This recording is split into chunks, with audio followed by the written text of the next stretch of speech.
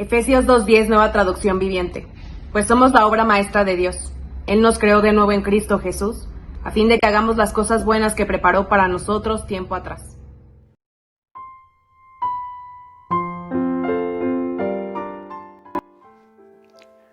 Las cosas buenas que preparó para nosotros. Efesios capítulo 2, versículo 10. En nuestro pasaje, el apóstol Pablo destaca que la característica principal de nuestro antes de Cristo es que seguíamos los deseos de nuestras pasiones y la inclinación, dice, de nuestra naturaleza pecaminosa. De esta manera, el apóstol explica lo que significa vivir animados por la inercia, es decir, por esa resistencia que oponen los cuerpos a cambiar el estado o la dirección de su movimiento. De un plumazo, Pablo revela la incapacidad que padecíamos antes de Cristo para sobreponernos a las presiones internas y externas que nos mantenían esclavos de nuestros temores, de nuestros deseos desordenados y aún de las heridas que hemos recibido. Sin Cristo, asegura el apóstol, estábamos muertos por causa de nuestros pecados, es decir, viviendo sin vivir, sepultados en vida, incapaces de ser los que Dios creó a su imagen y semejanza. Vivíamos llevados por la inercia de nuestros sentidos, de nuestros deseos desordenados, de nuestras emociones. Pablo no deja recordarnos que sin Cristo estábamos muertos espiritualmente, es decir, estábamos no solo distanciados, sino en clara enemistad con Dios. Pero, asegura el apóstol, el amor divino se manifiesta en el hecho de que Dios nos ha levantado de los muertos junto con Cristo y nos ha sentado con Él en los lugares celestiales. ¿Por qué? Porque estamos unidos a Cristo Jesús. Efesios capítulo 2, verso 6. Más allá de las connotaciones bíblico-teológicas que el pasaje revela, se destaca un cambio de planos, es decir, de posiciones, de puntos de vista desde los cuales se puede considerar alguna cosa. El lugar de los muertos es el sepulcro, bajo tierra generalmente. Pero estar en Cristo nos ubica en una posición celestial, la más alta, puesto que, asegura el apóstol, estamos sentados a la derecha de Dios mismo. Comprender esto nos permite acercarnos a la consideración de nosotros mismos y de nuestras circunstancias desde un punto de vista diferente al que hemos estado acostumbrados. Al reconsiderar el origen de nuestra identidad en Cristo, esto nos revela que lo que somos no está determinado por nuestra culpa existencial, por nuestros fracasos o por nuestras pérdidas en la vida, sino que somos y podemos en la gracia recibida en nuestro Señor Jesucristo. El Espíritu Santo nos asegura que somos la obra maestra de Dios. Esta declaración va mucho más allá del concepto creacionista que se refiere al hombre como el rey de la creación. De hecho, Pablo inserta esta declaración entre la advertencia de que la gracia que da sustento a nuestra identidad no es mérito nuestro, sino un regalo de Dios. Y además advierte que Dios nos creó de nuevo en Cristo Jesús. Temas sumamente importantes. Así, somos quienes somos gracias al propósito y al quehacer divinos. Dios quiso elegirnos, redimirnos y hacernos partícipes del propósito que Él tiene respecto de los hombres, su redención y su regeneración integral. De esta manera comprobamos que identidad y llamado van de la mano, que es quienes somos lo que determina nuestra tarea vital, lo que determina el sentido de nuestra vida, el propósito de nuestra vida. De ahí la importante necesidad de que llevemos una vida digna, dice el apóstol, del llamado que hemos recibido de Dios. Efesios 4:1. Nuestra redención tiene un origen y un propósito. Por lo tanto, nuestra condición de redimidos nos da identidad y también le da sentido a nuestra vida. Este sentido de vida no es otra cosa sino la razón de ser, la finalidad de nuestra vida, el para qué vivimos.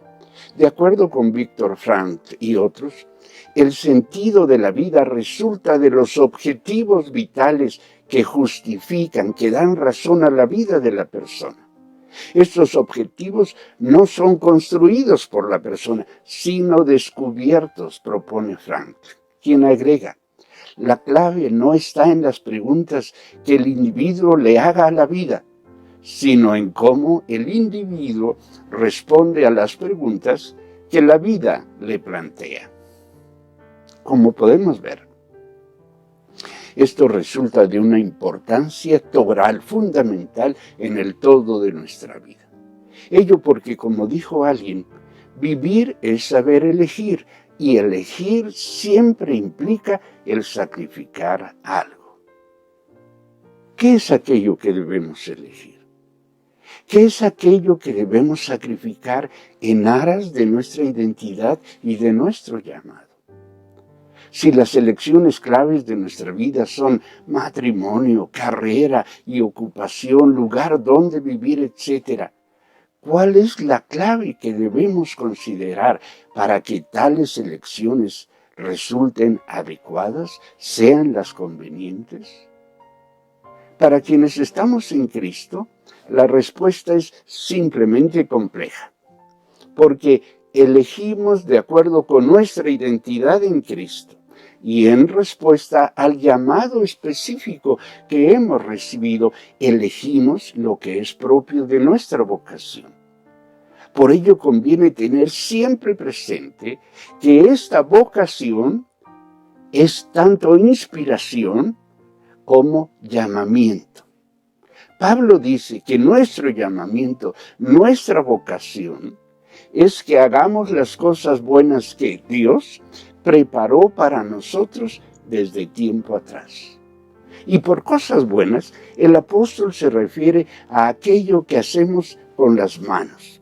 Literalmente se refiere a las cosas sustanciales de la vida que realizamos, de las cuales participamos, las relaciones humanas, la ocupación, la adquisición de bienes tangibles e intangibles, las aspiraciones de la vida, los compromisos que contraemos, etc.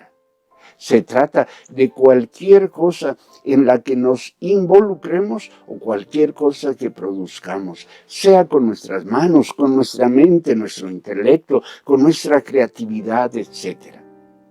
Pareciera entonces que Dios, quien no ha dejado de crear, ha decidido incorporarnos en su tarea y que así nos inspira para que lo que hacemos cotidianamente sea excelente, sea satisfactorio, pero también que sea trascendente.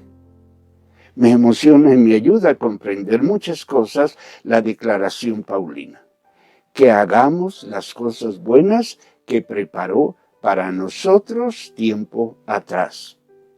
Dios no nos llama a que seamos pioneros, a que imaginemos simplemente, que se nos ocurra, a que empecemos de cero. No, en cierto modo, Dios ya ha preparado aquellos caminos a los que nos llama a transitar en la vida. No nos los impone, ojo, pero sí nos invita a que caminemos por ellos. Matrimonio, carrera, ocupación, lugar donde vivir, etc.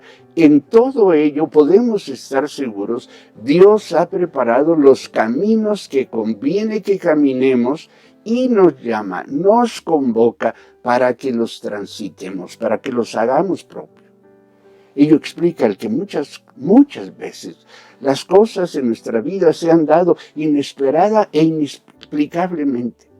Pareciera que simplemente se nos atravesaron, cuando en realidad solo son parte de una cadena de oportunidades y sucesos que Dios ya tiene preparados para que andemos por ellos.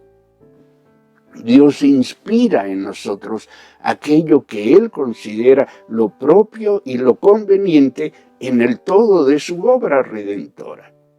Como piezas de un rompecabezas gigante y complejo, Dios nos provoca para que tomemos la forma y ocupemos el lugar en su todo. Al hacerlo, al obedecer su llamado, descubrimos que Él nos ha capacitado, que Él va delante nuestro, abriendo y cerrando puertas, que Él lo ha dispuesto todo para que todo lo que se ha propuesto se realice en nosotros y a través de nosotros. En no pocas ocasiones descubrimos que nuestros sueños han sido inspirados por Dios. Desde luego, no todo lo que hacemos es aquello a lo que Dios nos ha llamado.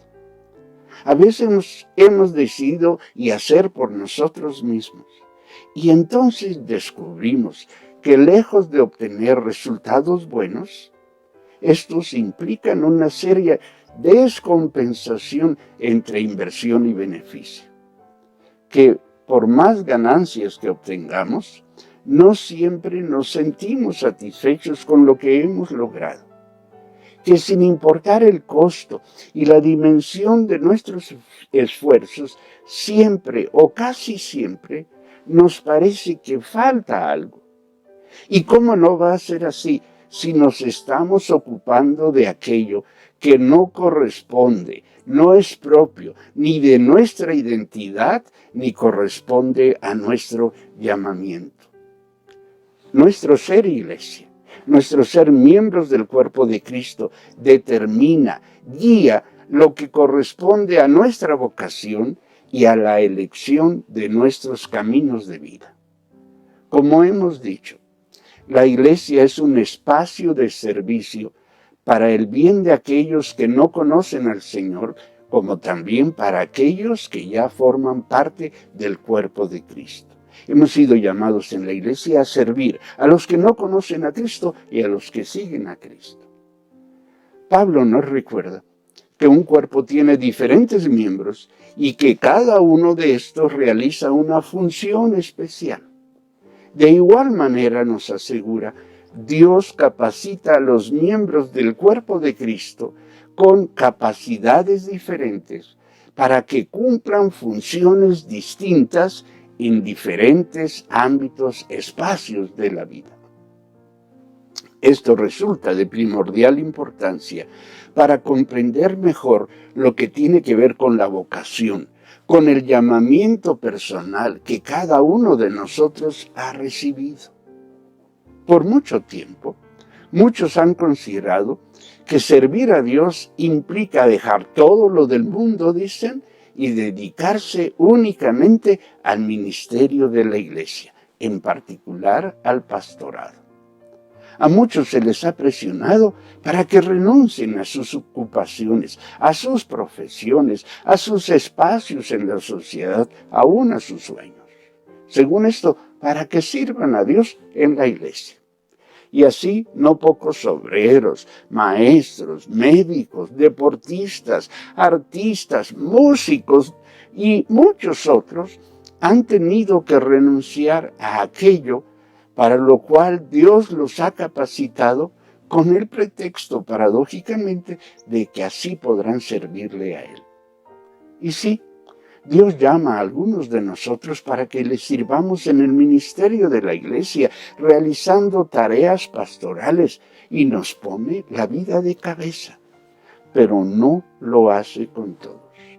El maestro de escuela, el artesano, el albañil, el ama de casa, el médico, el futbolista, la cantante profesional, el vendedor, el arquitecto, el panadero, la cocinera, el maestro universitario, la enfermera, la científica, el político o la política, el funcionario o la funcionaria de gobierno y cualquier persona que realice cualquier oficio, ocupación o profesión, es llamado a servir a Dios proclamando su evangelio y edificando a sus hermanos en la fe en el lugar y en el espacio de servicio que Dios le ha abierto. Y lo mismo tiene que ver con nuestra edad, nuestra condición económica, nuestro nivel social o de estudios, etc. Porque al ser miembros de la iglesia, somos capacitados para servir a Dios ahí donde Él nos ha llamado y colocado. Cada uno de acuerdo con su vocación y con las capacidades y las oportunidades recibidas. La única condición es que en aquello que hacemos nos anime el propósito de honrar a Dios en todo lo que hacemos y de servir al otro en el amor y con el propósito a la manera de Cristo. Hoy les invito a hacer nuestro lo que Dios ha inspirado en nosotros y que de alguna forma se ha convertido en nuestro propio sueño, cuando menos en nuestra inquietud. Les invito a que nos convirtamos, a que si es necesario volvamos al camino del Señor, a dejar de construir en la arena y a edificar sobre cimientos fuertes. Les invito a orar confesando nuestra desobediencia, si es el caso, y pidiendo que el Señor por su misericordia confirme la obra de nuestras manos, como pedía el salmista, aun aquello que no responde a su propósito inicial, y que lo redimensione y ajuste en el todo de su propósito. Romanos 8:28. Sí, les invito a que seamos quienes en realidad somos y a que hagamos las buenas obras que Dios ha preparado de antemano para que andemos por ellas. Sí, a esto los animo, a esto los convoco en el nombre del Señor. Que el Señor los bendiga.